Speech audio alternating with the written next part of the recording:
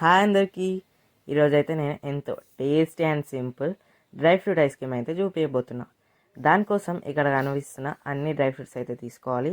దాంట్లో ఒక cup, half cup oats, అలాగే ఒక చిన్న చాక్లెట్, దాంట్లోకి ఒక 1 కప్ పాలు పోసి 10 మినిట్స్ పక్కకు పెట్టుకోవాలి.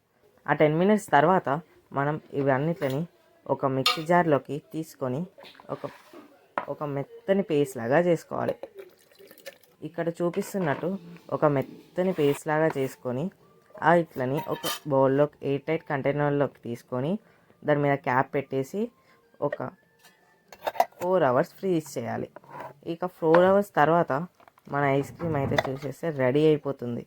దాన్ని ఒక సర్వింగ్ బౌల్లోకి తీసుకొని సర్వ్ చేసుకొని దాని మీద డ్రై ఫ్రూట్స్ అయితే గార్నిష్ చేసేసుకొని తినేసి అంతే.